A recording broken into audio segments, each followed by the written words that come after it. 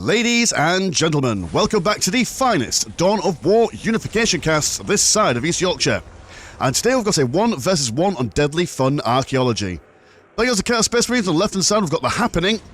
And playing as the Dark Angels on the right hand side, we have got Erdless. And look at this, we're joined by Laughing Max once again. How are you doing, sir?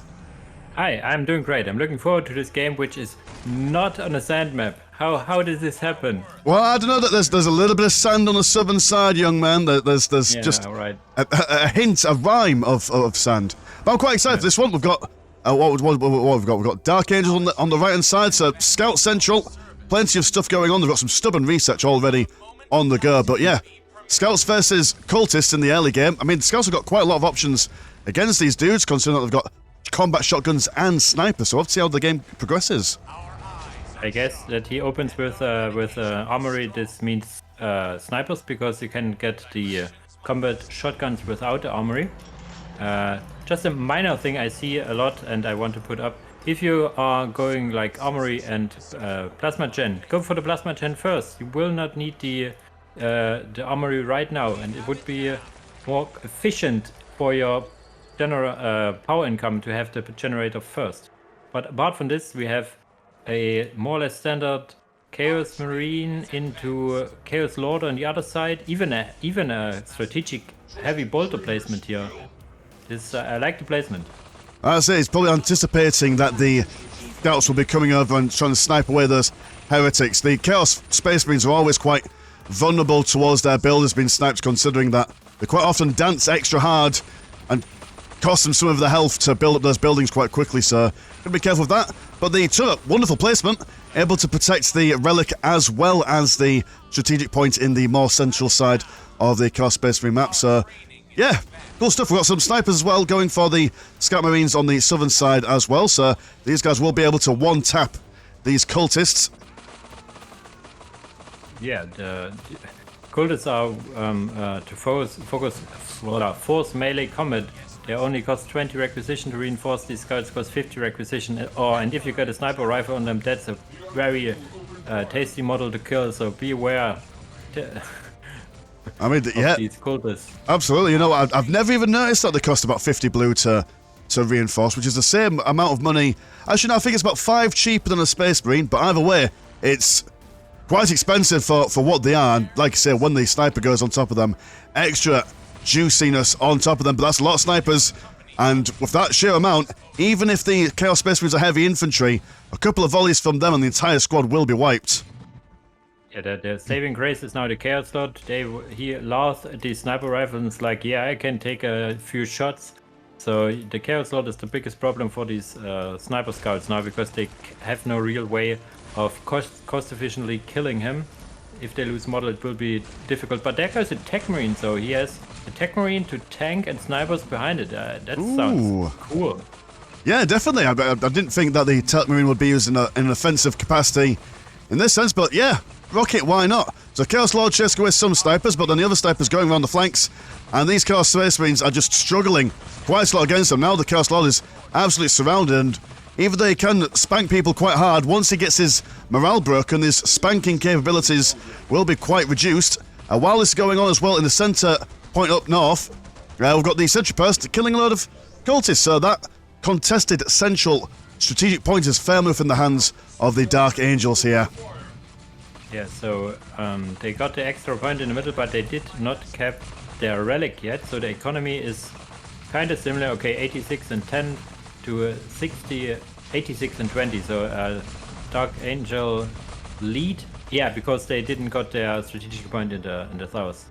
That's why. So economy advantage, but also a lot of investment, whereas Chaos only invested in one squad of Chaos Marines and a Chaos Lord, and that's pretty much it. Yeah, so they've got the opportunity to, I mean, how much flirt have they got going on at the moment? Yeah, they've got tier 2 flirt going on at the moment if they really wanted to upgrade themselves, and realistically, as lovely as these snipers are, get out one Defiler or one Hell Talent and all these snipers are more or less moot at that point. Or maybe even a Rhino just to stick in and bring these Chaos Space Marines in and out. But, oh dear, heavy bolter to it. Cutting off the retreat path of that Chaos Lord then, that was very unfortunate. Yeah, and he's, as you said, had tier 2 money for quite a while. This is now at least a minute, I guess, delayed. Click it, come on, click it. Click the tier 2 button, you want it.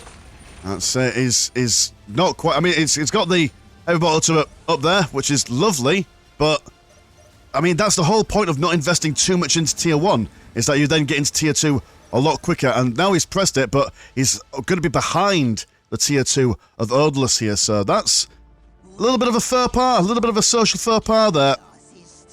Yeah, the earlier tier 2 would be the point where he could then retake his points. Now he can maybe retake his points because Odalus is just abandoning it. Because he started tier 2, he's like, yeah, I got my map advantage. So this is good because you see a lot of those scout guys, they go in like crazy and against listing posts and lose models. Now that he sees these turrets, he's like, yeah, I cannot break it. I just take the map. And he goes for all 3 critical locations now. Yes, one is the Chaos Lord, the mini guy saying, no, you can't, but the other 2 he will get. Yeah, no, absolutely. I mean, why bother trying to defeat something that your forces aren't exactly built to defeat, where you can just think, right, okay, well, I've got the map.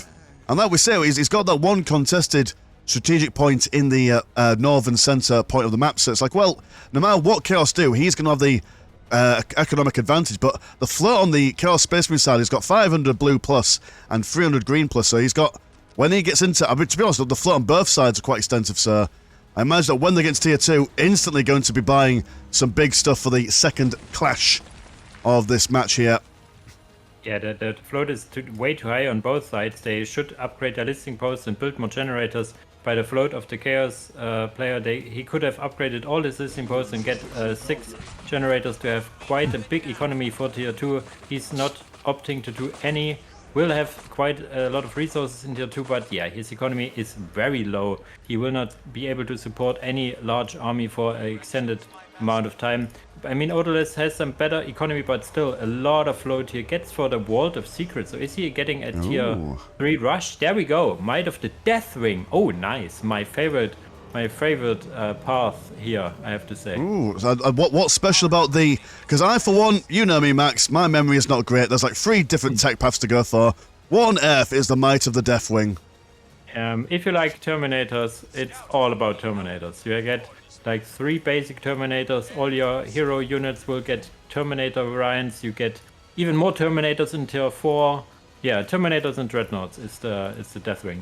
That's what we like to see. Big, chunky, dark green dudes smacking people around the chops. We are seeing a machine pit for the Chaos Space Marines as well as a sacrificial circle.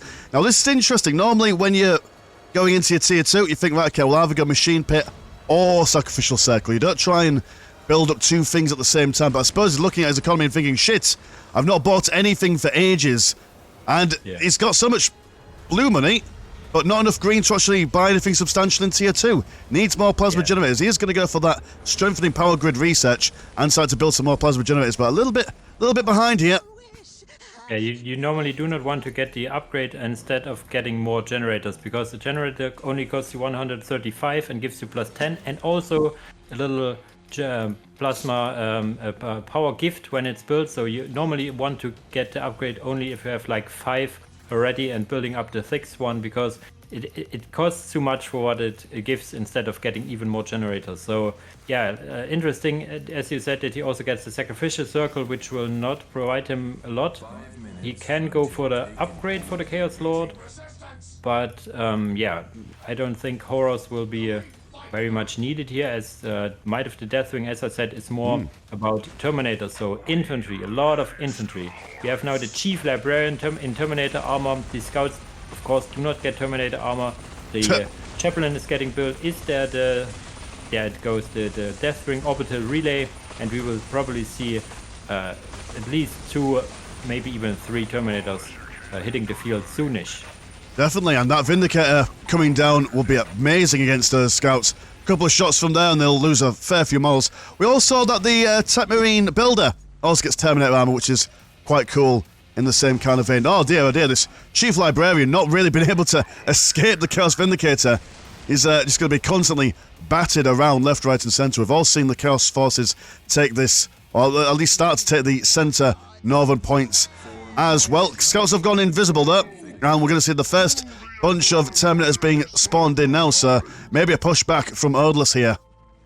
Yeah, it's basically tier 2 against tier 3. We have a wild mix of units. We have this Vindicator. Did he finish the Defiler? Yes, he is on the top, but he also has now some Corn Berserkers that will not do anything if you do not have a Sorcerer supporting it.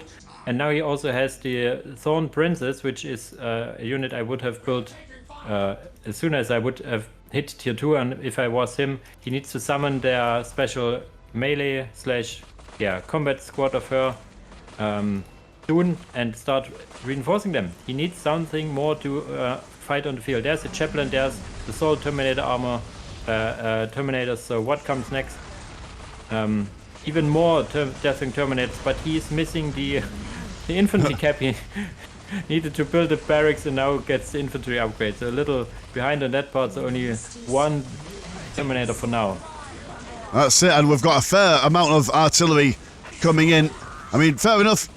Deathwing Assault Terminators, they've got a big old, dual chain fist to murderize people with, but if they're being constantly knocked around, not going to do all that much. The Iconoclast's Zealots have been spawned, but they've also been knocked around by this immense amount of artillery coming in. Thorn Princess managing to get out of there as well. So, will the artillery be able to crack the iron shells of the Terminators? I mean, it'll make it difficult for them to maneuver around the battlefield, but it'll take them a very long time to kill them.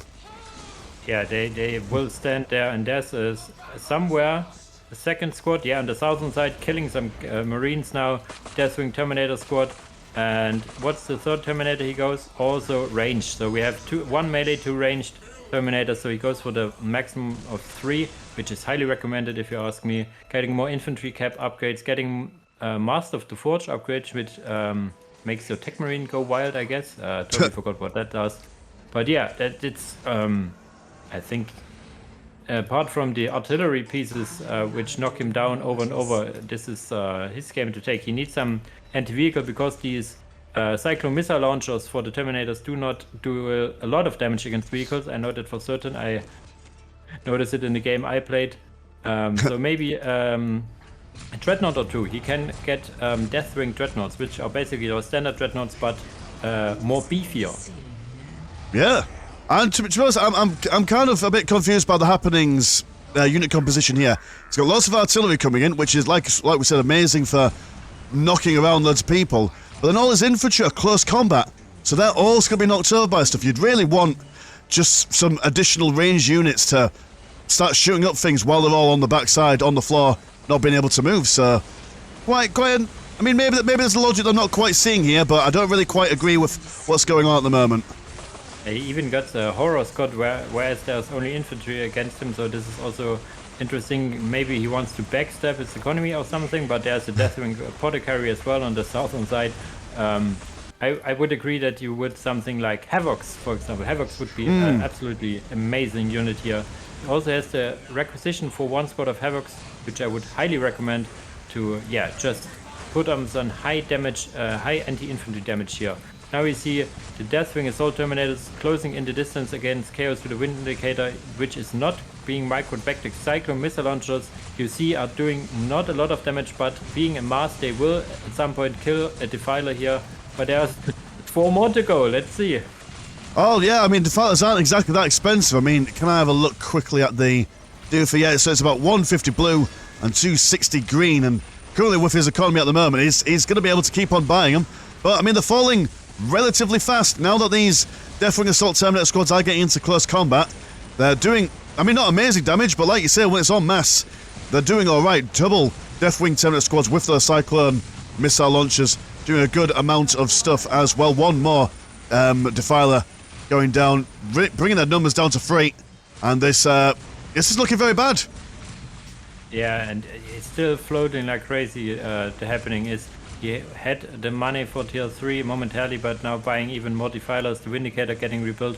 He needs to upgrade his listening posts. There I see 2 listening posts that are not upgraded yet.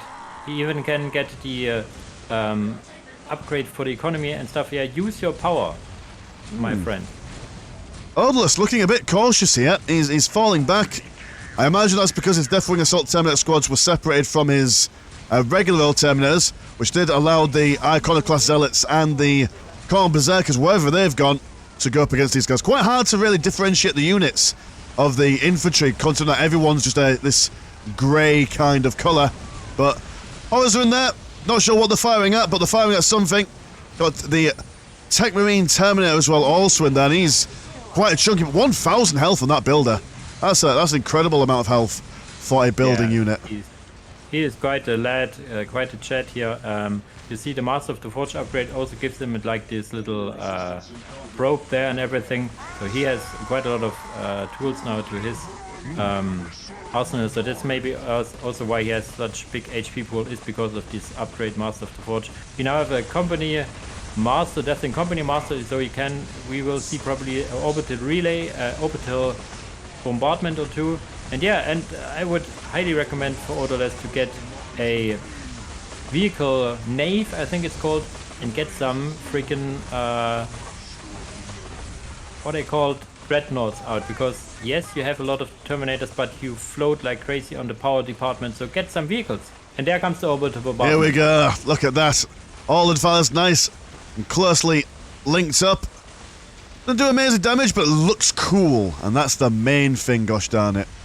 And we're also seeing the scouts. They're infiltrated, and they're just standing next to the Defiler. And I mean, the Fawn Princess can now see them, but like, the Fawn Princess was miles away from them for quite some time.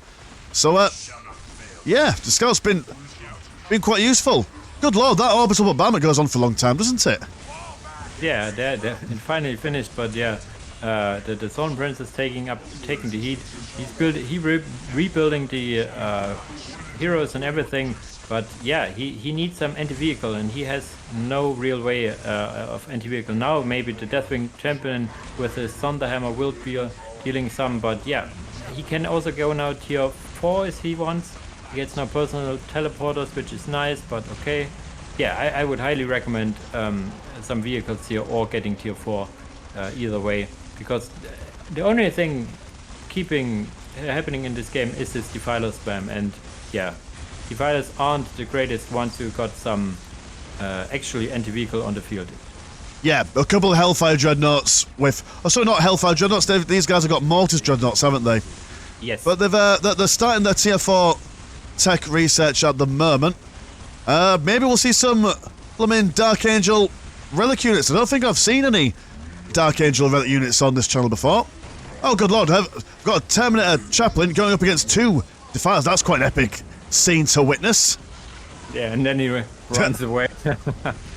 But yeah, for a moment he was the hero. For a brief moment, gosh darn it. Oh, back, you coward! Come on, back to the front with you.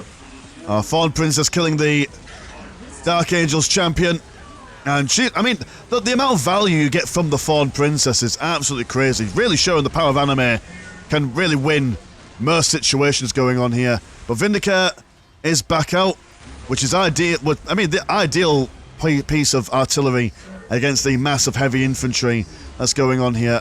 Well, there seems to be auto-attacking the ground near the critical location. Really does not like that flag at the moment. Yeah. Jesus Christ. I don't want to hammer too much on the point, but Dreadnought or 2, in tier 3 they get also like less cannons, so it's not only auto cannons, you also get less cannons. They were so good against these Defilers. And yeah, he had the eco for it. He's now almost finishing tier 4. Let's see what he goes for. There's a, what is it called?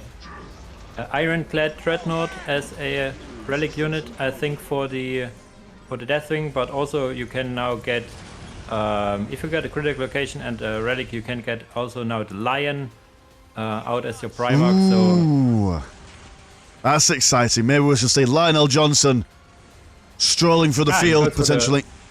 He goes for the Random Dreadnought in his weekend, but only after he getting Belial. Belial is the big old chapter master hero. I don't know so much for the lore, but he's like a big hero unit, as all Path of Dark Angels have, and this is the one for the Deathwing. Let's see what he brings to the table.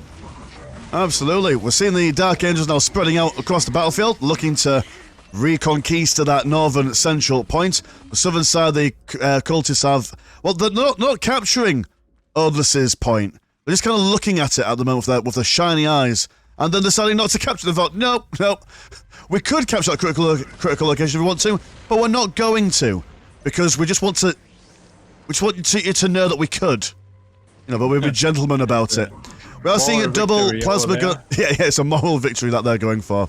Double plasma gun turret's been placed round on the Dark Angels side as they keep on trying to keep these cultists away from their critical locations. And it's... I don't know. I feel like again, don't want to harken onto it too much, but like currently the Dark Angels got 0 vehicle cap being used whatsoever. He could just walk over with just a las cannon or two, and that would change the entire fate of the game. But it doesn't mean that we get to see Belial, which is a treat in itself. Yeah, I'm not sure if you noticed or not. It is happening tier 3 by now. He had the time for it. Is he though? I don't see any tier 3 units, so I guess he's not. I mean, does it have any shiny extra bits? Doesn't seem like he's got the extra bits on his tier 2 building, so...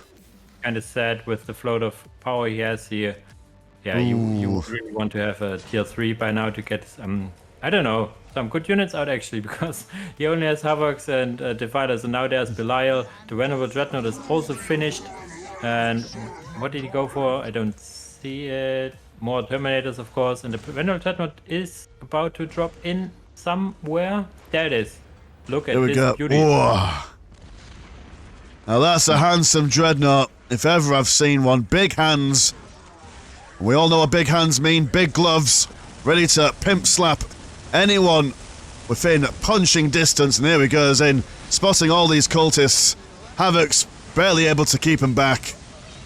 Oh, and a blooming orbital bombardment as well. Delicious stuff. Yeah, from Belial, I guess. Yeah, Belial has also orbital bombardment. The Venerable Dreadnought now has a missile launcher, but still opts to go into melee combat, so maybe he should have kept his standard loadout. But who cares? He's a Relic Dreadnought. That now just smack up those Defilers, and he does exactly that. So you never tell a Venerable Dreadnought what to do. He does what he wants when he wants. Yeah. I mean, he doesn't even have like a melee weapon. He's just tossing his shoulders at people. That's hardcore, man. That's true. He lost his claw because of the missile launcher. So maybe I don't want to be that guy, but maybe he should be more in a range combat here. Yeah, well, that just goes to show you can't tell old people what to do. They're just very stubborn. They're gonna go around and grab whatever they can. And the happening, falling back a little bit. This is the Mercy's been pushed back so far, although the Venerable Dreadnought is soon to go down. And has Belial died? No, but Lionel Johnson standing watch over everything. He's not quite going in yet. He's just kind of having a little peep over the edge, having a think about whether he should get involved. I think it's a tag team. Now that the Venerable Dreadnought is out, he jumps in, so it's like he wants to be mannered and not jump in when the Dreadnought is also. So the Dreadnought gets repaired on the side, and then Lionel Johnson will now take his place. There we go. Good old tag team. That's what we like to see. And look at the speed of the Lion himself. He might be an old man, but he's a well-exercised old man, always looking to hunt down the heretics and the fallen. And, I mean, just look at the size difference. The smallest of humans versus the biggest of Chads is giving him a good old swing of his sword right there. I just noticed the other day in the cast that he's as big as a freaking listening post, so he is big. That's it. He ate all his breakfast in the morning as a kid. He grew up nice and tall, just like his father. And we're now seeing some plasma gun turrets being placed inside the range of the Chaos Space Marine base, and it's looking a bit dire. And we see finally Deathwing Dreadnought. Let's go. Come on. Bring it in. Bring it in. Well, Deathwing Dreadnought, even still, as you said, kicking and smacking people with his missile launcher. Maybe a range stance here. Come on. Do it for me. It hurts a bit to see, but okay. He has a big headbutt against this Defiler and kills it. Oh, you're on about the Venerable Dreadnought, right? I thought there was like an extra Dreadnought coming in. No, the Venerable was like headbutting Defiler to death. The second one also gets headbutted to death.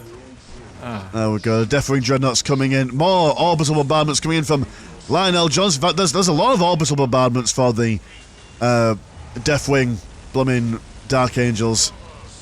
Yes, they are currently not have a shared cooldown. They all have your individual cooldown. So if you have the Belial and Lion, you can, if you want, get 2 orbital buttons at the same time if you want to be cool.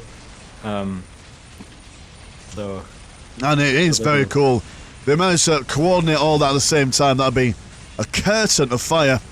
I see the Deathwing Terminators coming in for support of their mighty Primarch, and the forces of Chaos are wilting and waning very quickly. Nary a singular Defiler left on the battlefield. Just more plasma gun turrets been popped down just for good measure, because why not? Yeah. So this is now still tier 4 against tier 2, so no matter what you do, you can just A-move now and this is over. He's in his base, he's losing now his generators. No way back here, really. So, I mean, so for the happening, I mean, wasn't a bad play. He had the economy on the go in the early game, just not spending it in the correct kind of way. And I think mainly his main problem was his unit composition. I liked the artillery, and I liked the close combat units, but maybe not both at the same time. Either commit to one or the other. I was thinking, an Icon Bear of Corn. It would have been really useful earlier on. Yeah. Super useful earlier on. Yeah, if he would have stuck to just by Defilers. We have seen what problems the Defiler were for Odorless. So just Defilers and the Thorn Princess, and then save up your money to get to tier 3. And Chaos Marines in tier 3 can have like everything. They can obliterate mutilators. What did they also get? Like Chosen, Possessed, like you name it. Like yeah, that would be quite a fight to have. But yeah, he's stuck. He got stuck in tier 2, spamming Defilers left and right. That's it. And with that, it does seem the match is over. All that's left, Sacrificial Circle, Desecrated Stronghold. I mean, he's still bringing out the cultists, bless him. But happening, throws on a GG. And that, as they say, is all she wrote. So what an exciting match. Yeah, very nice fights in the center. Back and forth a bit as Odorless was struggling to find a counter to the Defilers. But he did it in the end. Yeah. Cool, nice one. Right, so, Leffin Max, you've got a YouTube channel. Would you like to tell us all about your stuff? Yeah, I do a lot of donor for Unification. So if you are more of a Unification-centered guy, you can see my channel. I have casts, I have Let's Plays, I have guides, I have even the honor to showcase some of the new beta stuff coming in for 7.0, which is really exciting. So yeah, if you want to see more Dawn of War Unification stuff, head over to my channel. Nice, fantastic stuff. All right then. Well, cheers, boys and girls, for watching at home. I'll see you all in a bit. Peace. Bye bye.